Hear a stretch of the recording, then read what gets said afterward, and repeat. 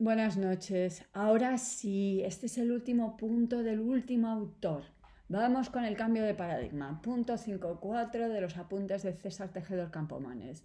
Hemos hablado de los intereses cognitivos, pues los intereses cognitivos fueron una reconstrucción de la teoría del conocimiento. ¿Por qué? Porque incluimos los aspectos sociales del conocimiento. Con la introducción de esta nueva forma de racionalidad, la racionalidad comunicativa, pues estamos haciendo un cambio en la concepción del conocimiento. La filosofía occidental, como sabéis, a partir de Descartes, pues tiende a centrarse en la conciencia, en el sujeto, en el cogito. Nos acordamos de mi existencia, Descartes escribe en primera persona. Es el pensador solitario, solipsismo, yo con mi mecanismo, eso es el solipsismo, yo solito, ¿no? Que piensa el objeto. ¿De acuerdo? A partir de Habermas, en cambio, tenemos un nuevo modelo, ya no es la relación del sujeto que piensa el objeto, sino la relación entre los sujetos. Por fin, ¿verdad? Cuando yo expliqué a Descartes, os parecía muy raro que Descartes no piense acerca de los otros. Pues no le interesa. Primero, tiene esta intuición que es el cogito, del cogito demuestra la existencia de Dios y de la existencia de Dios deduce la existencia de la materia. Pero ¿y el otro? El otro no aparece. El otro es un alma, sí, pero las almas son todas iguales, igual que la materia es toda igual, extensión. Pues parece que sí. Ya os comenté que sí que es verdad que Sartre, con esto de la vergüenza, pues dice, tenemos una experiencia que nos demuestra que existe el otro sujeto, porque ante un objeto yo no siento vergüenza. Bien, este cambio de paradigma supone que el lenguaje es considerado preferentemente su dimensión pragmática.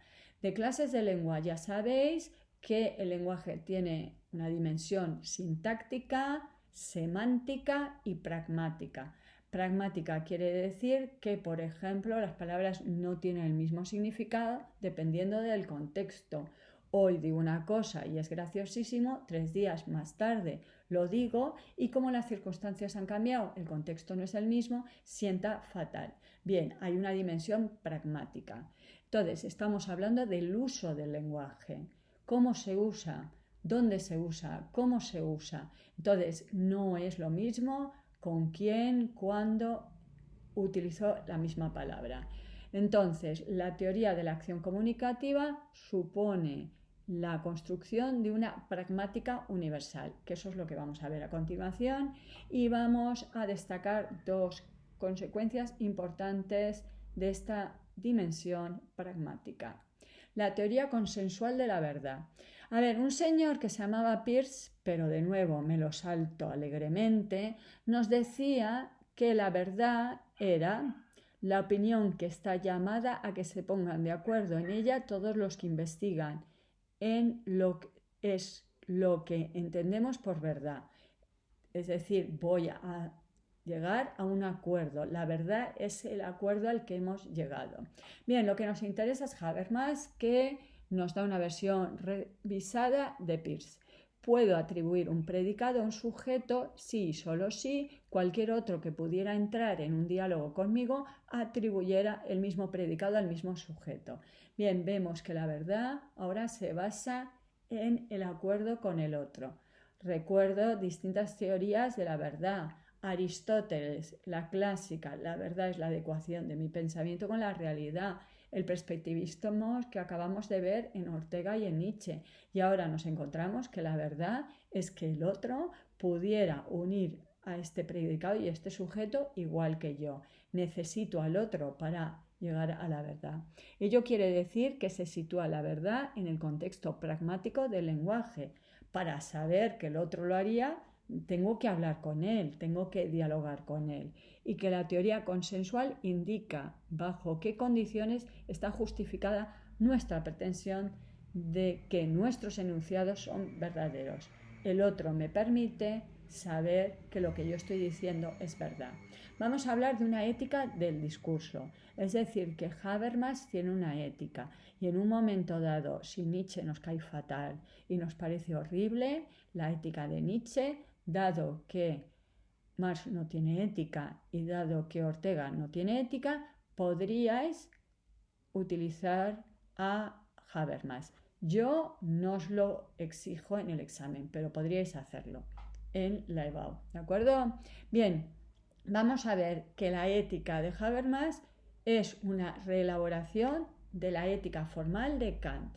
Bien, el imperativo categórico nos acordamos, ¿no? Obra de tal manera que la máxima la puedas convertir en universal, ¿no? Bien, ¿cómo la reelabora Habermas? Habermas nos dice, en lugar de proponer a todos los demás como válida una máxima que quiero que opere como ley universal, tengo que presentarla a la consideración de los otros a fin de comprobar discursivamente su aspiración de universalidad. Es decir, que esa máxima no la convierto yo en universal y veo a ver si es coherente y entonces la llevo a la práctica. No, la propongo a los demás, se lo digo a los demás.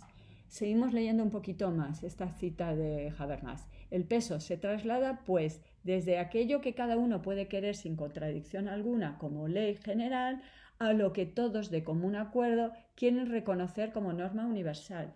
Tenemos que llegar a un acuerdo. No es solo yo que me planteo, ¿debería copiar? Lo convierto en universal y veo que es absolutamente contradictorio, porque en el fondo quiero copiar, pero que los otros no copien, ¿no? Entonces veo que no, sino que se lo propongo a los demás, por favor no los propongáis copiar en los exámenes, vale, es una broma mía, entonces se lo puedo proponer a los demás y ver si lo convertiríamos en universal. Se concede pues a Kant que solo una máxima universalizable puede convertirse en deber moral. Habermas está de acuerdo en que la ética es universal. ¿Nos acordamos de eso? De para Kant lo bueno siempre bueno y lo malo siempre malo. Es para todos y algo es bueno para mí y es bueno para todos. No es algunas veces sí, algunas veces no. Bien, la ética para Habermas también es universal. Pero ahora contra Kant se afirma que la universalizabilidad de una máxima solo puede decidirse en un diálogo entendido como discurso y no en el interior de la conciencia individual y solitaria. Para poder hacer ese proceso necesito del otro y no es como Descartes, yo solo aquí pensando solitariamente. Además, la finalidad del diálogo es llegar a un consenso acerca de qué intereses son generalizables. El diálogo, hemos visto, son valores, son principios, son acuerdos. ¿Podemos esto que te estoy planteando convertirlo en universal? Tú, como ser racional, aceptas que esto sería universal, ¿de acuerdo? Lo cual supone una nueva modificación del punto de vista kantiano, obviamente. Es evidente que el individuo debe renunciar a la defensa de sus intereses particulares si quiere que su máxima individual de conducta sea universalizable. En cambio, en el diálogo, los intereses individuales no quedan excluidos, sino al contrario, de lo que se trata precisamente es llegar a un acuerdo acerca de ellos. Para Habermas, mientras que Kant nos dice mis intereses particulares, tengo que olvidarme de ellos, para convertirlos en leyes universales y ya sabemos que el mundo va aparte, en cambio en el diálogo sí que puedo entender los intereses particulares del otro y podemos llegar a acuerdos con los intereses particulares de los otros porque estamos dialogando. La ética del discurso, que es la ética de Habermas, es una ética procedimental. Ya sabemos qué quiere decir esto de una ética procedimental. Quiere decir una ética que no nos dice qué debemos hacer, no tiene un contenido, sino que nos da un procedimiento para que veamos si mi máxima es ética. Vale, pues esto es lo mismo. Habermas nos da un procedimiento para que sepamos cómo llegar a acuerdos. O dicho de otra manera, bajo qué condiciones se puede considerar que una norma es válida, ¿no? No nos está diciendo está mal matar, está mal robar, sino cómo podemos plantearnos estas normas y ver que sean universalizables. Por otro lado, se trata de una ética deontológica en el sentido de que solo se plantea el problema de qué es lo correcto o lo debido para todos. La ética de Habermas, igual que la ética de Kant, no tiene contenidos, es una ética del deber, es una ética que nos dice qué deberíamos hacer, no tiene contenidos, no lo contrario de las éticas deontológicas, son las éticas de bienes que nos dicen cuál es el bien, la felicidad, por ejemplo, para Aristóteles. Como señala Apple, en cuanto a ética universalista, ni puede ni quiere prejuzgar dogmáticamente el fin felicidad de los individuos y comunidades, sino que los deja a su discreción.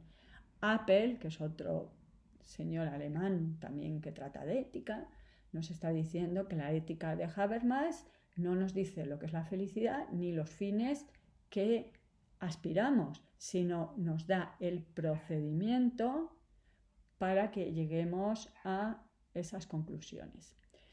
La ética del discurso no es individual, sino política. Y aquí es donde la ética se junta con la política, ¿de acuerdo? Porque si necesito del otro, no es una decisión únicamente mía. Y en cambio, la ética de Kant sí que era el margen. ¿Nos acordamos? Fiat justitia pereat el mundo. O sea, el mundo se podía hundir. Que no tengo en cuenta a los otros, ni las circunstancias, ni el momento, ni nada. Es la ética va por un lado, la política por el otro. En cambio, esta ética del discurso sí que es política.